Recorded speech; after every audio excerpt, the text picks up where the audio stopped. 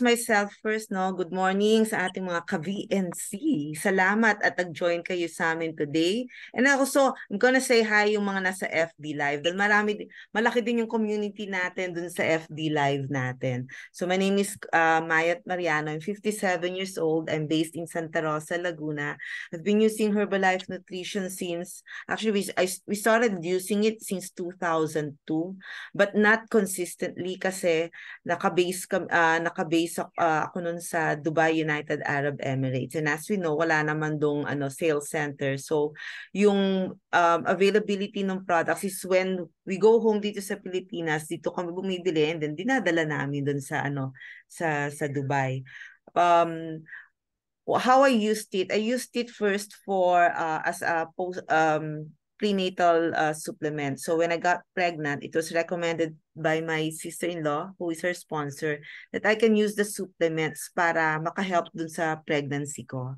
So ang laking tulong din talaga kasi yung vitamins and minerals, even yung shake, I use that for my snacks. Okay, kasi at that time when I had my pregnancy, medyo tumataas yung glucose level ko. So it helped me control yon. And then afterwards, nagamit ko as postnatal supplements naman, of course, to lose weight as well. Yun. And doon, napatunayan ko na yung shakes natin, no, does help with reproductive health. Kasi even at my age, because I'm an older parent, I'm like 37 when I had my first child, ha.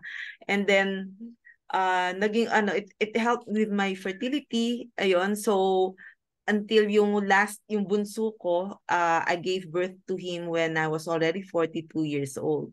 And so now ginagamit ko naman yung Herbalife nutrition products as part of course, to for my healthy aging, kasi nga I'm approaching 60 years old na, di ba?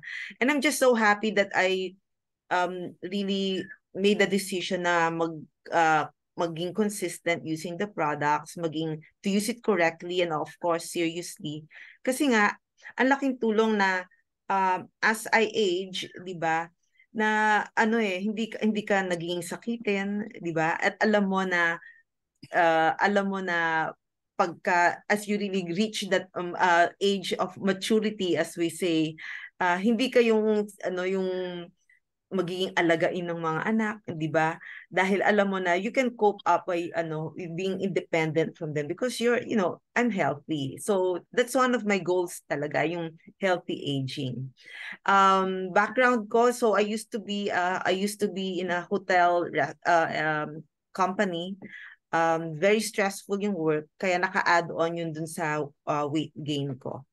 And I lived a very inactive lifestyle kasi nga because of stress, pagdating mo sa bahay, anong gusto mong gawin? Magpahinga ka na lang, matulog ka na, wala ka nang gagawin. And of course, to reward yourself, kain ng kain. So those are the things that contributed to my weight gain. And buti na lang, when we came back home here for good na in the Philippines 9 years ago, dun ako na-introduce sa healthy breakfast program. So I became consistent until now with taking the shakes for breakfast. Kaya na-maintain ko yung na-lose kong 40 pounds and 14 inches of my waistline. So I'm just so glad na talagang I partnered with Herbalife Nutrition. And because of that, by the way, I just like also to share yung experience naming mag-asawa na we made a decision to go for the highest level of discount because of all yung narinig nyo kanina, yung mga mga previous speakers, yung narinig nyo sa kanila, no, na talagang ang daming benefits for reaching that particular discount level, because as a supervisor you get to attend yung mga trainings, di ba, na hindi usually na-attendan ng yung mga regular membership. And of course, nakakadagdag yun sa training natin. And also because it gives you an opportunity, of course, for additional income. Okay? Let's start now with bago tumakbo na yung oras. Sorry, napasarap yung kwento natin. So the topic is all about the benefits of a balanced strength training regimen or program. Lahat tayo, no matter how, kung anong age natin, whether bata-bata ka pa or nandito ka na sa edad namin, napaka-importante na build up natin yung muscle yung muscle natin. Why? Kasi maraming mga benefits which I will discuss with you later. And talagang and it's not only about exercise, guys. It should be balanced. It should come hand in hand with proper nutrition. And so we're very thankful kasi itong article na to sinulat ni Samantha Clayton, who is our Vice President for Sports Performance and Fitness Education, to help us in a very parang honest approach, a simple approach on how we should approach tong strength training program na to. Okay? Yung training can actually improve your quality of life. Yun ang pinaka-main point niya sa article niya. So, number one, how does it improve our quality of life? Pag nagsi-strength train ka kasi, basically, ang strength training, it improves your muscles. Okay? So, you enhance your muscles. Akala ko dati, pang mga athletes lang yan o for yung mga muscle men. Yun. Pero hindi pala. Even ako, katulad ko, a regular housewife, dapat pala, ginagawa ko yon. Okay? Why? Number one, nakalagay dito, it improves your ability to do everyday activities. So yung simple lang na pag namamalengke ka, pumupunta ka sa grocery, nagbubuhat ka ng mga carts, di ba? Or kahit nagbubuhat ka ng mga anything dun sa bahay mo, naglilinis ka, it allows your body to move with ease. So, hindi ka nahihirapan to do anything. Kunyari, mag-aabot ka ng mga matataas na objects from a top shelf. Hindi ka na mahihirapan. So, the second benefit of improving of doing strength training is, of course, it improves your balance and stability.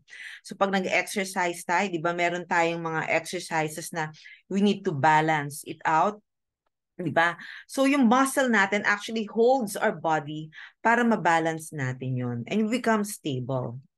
Next, yung strength training actually increases yung calorie burn, and in any weight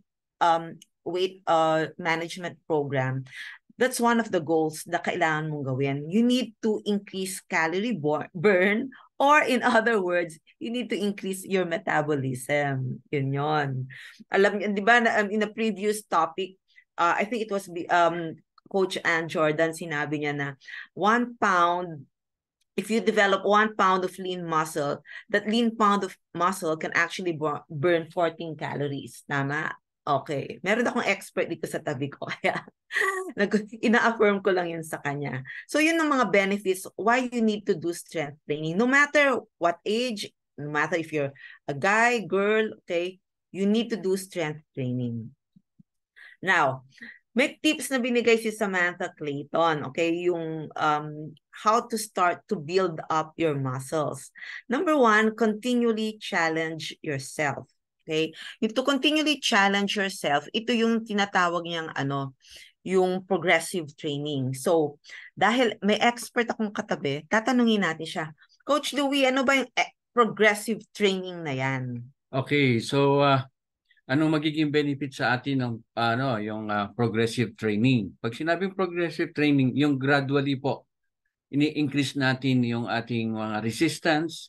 Pag sinabing resistance po, yung weight, yung bigat na binubuhat natin. At hindi naman pwede naman is the same time na ini-increase mo yung repetition mo.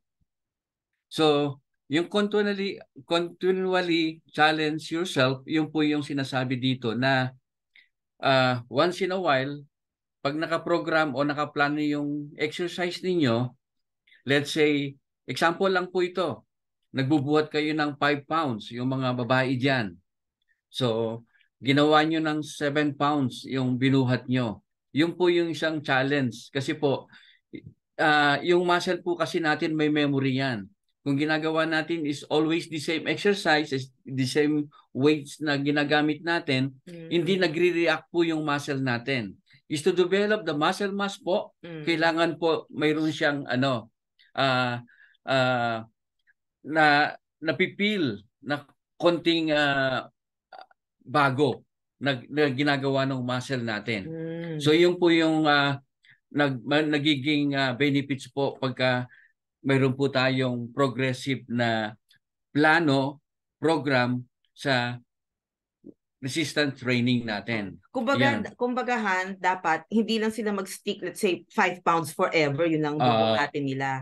So, to challenge themselves, mag-7 pounds ka naman, or pwedeng yung madoble, di ba, to 10 pounds. Let's say, kung halimbawa po, nag-add kayo ng 5 pounds, nag-add kayo ng 10 pounds, ang gagawin naman po ninyo, ililess nyo lang yung repetition nyo. Okay. So pag nagdagdag ng timbang, ilessen yung repetitions naman. Okay. Para mabago po. Kasi yung po yung isang sinasabi na nagpa-plateau tayo. Yung mga hindi na, yung di ba minsan meron hindi po, na nagkakaroon ng reaction o nagtataka kayo, nag-exercise naman ako, nag-shakes naman ako, pero hindi na ako nag-lose ng weight. Yung pala yon. Okay? Even yung muscle mass natin, hindi makikita ninyo, hindi na siya nade-develop. Kasi yun lang yung lagi niyang ginagawa. Kaya progressive training, especially sa strength training, kailangan po nating ma-challenge talaga yung katawan natin. Okay, guys. So don't stick to one routine all the time. Kailangan kumausap kayo ng coach, okay, para magbigay sa inyo ng tips. Yung mga fitness coaches, okay, para ma-increase yung level nyo, tama, ng exercise. Yes. The second one naman is, of course, you need to work hard. Hindi ka naman pwedeng dapat na na pa-easy-easy ka lang, di ba? You really need to when you do a fitness program, kailangan naka-schedule yan. So 3 times a week, Monday, Wednesday, Friday, okay? And when you say working hard, talagang you really need to lift weights, okay? You do body resistance training, you need to work all parts of your muscle groups, katulad yung tinuturo mo sa amin, di ba? You start with the big muscles, right? Working all the way to the smaller muscles in the end. Okay, next. Okay, importante din na mag-rest yung muscles natin. So, yung 3 times a week nyo, so make sure that alternate, maybe your Tuesday or Thursdays, baliktad tayo kasi dito sa VNC, nagre-rest kayo. Now, when we say rest, what you can do is, if you're single, okay, you can do some, meditation, you can walk, that's resting, okay. If you're a family person, you can spend time with your kids, di ba? Or you go out with your barkada, ganon. You also need to rest your muscles. Bakit natin kailangan i-rest yung muscles?